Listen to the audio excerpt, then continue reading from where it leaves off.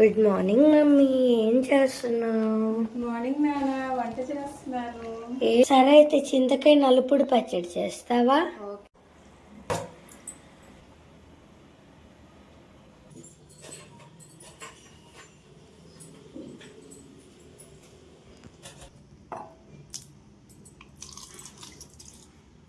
చింతకాయ నలుపుడు పచ్చడికి మనం ముందుగా ప్రిపేర్ చేసి పెట్టుకుంటాం కదండి, 1 ఇయర్కి సరిపడా. అలా చింతకాయ పచ్చడి, ముడి చింతకాయ పచ్చడి కొంచెం తీసుకోవాలి. ఈ నలుపుడు పచ్చడిలోకి ఓన్లీ మనం ఎండుమిరపకాయలు వేగించినవే వాడతామండి కారానికి సరిపడా. అందుకోసం ముందుగా ఒక ఫ్రై ప్యాన్ వేసుకోవాలండి. పచ్చడికి పోపుకి తగినంత ఆయిల్ ఇక్కడే యాడ్ చేసుకోవాలి. ఈ పచ్చళ్ళకి కొంచెం ఆయిల్ ఎక్కువగానే ఉంటే బాగుంటుందండి.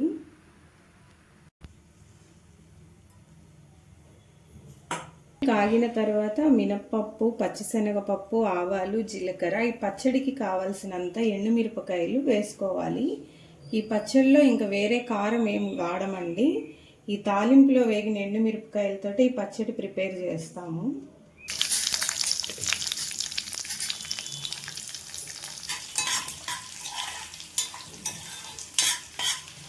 పోపు ఇలా బాగా వేగిన తర్వాత ముందుగా కట్ చేసుకున్న టమాటాలు, ఆనియన్స్ వేసి అవి ఎక్కువ వేగన అవసరం లేదండి.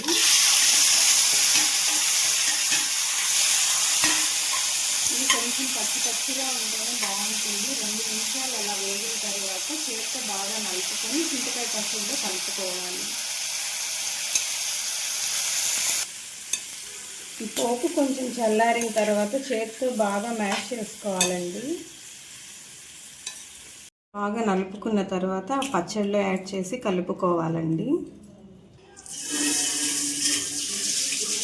విధంగా పచ్చడిలో కలిపి బాగా నలిపేసిన తర్వాత సర్వ్ చేసుకోవడమే అండి. ఎంతో ఎమ్మీగా టేస్టీగా ఉండే చింతకాయ నలుపుడు పచ్చడి రెడీ.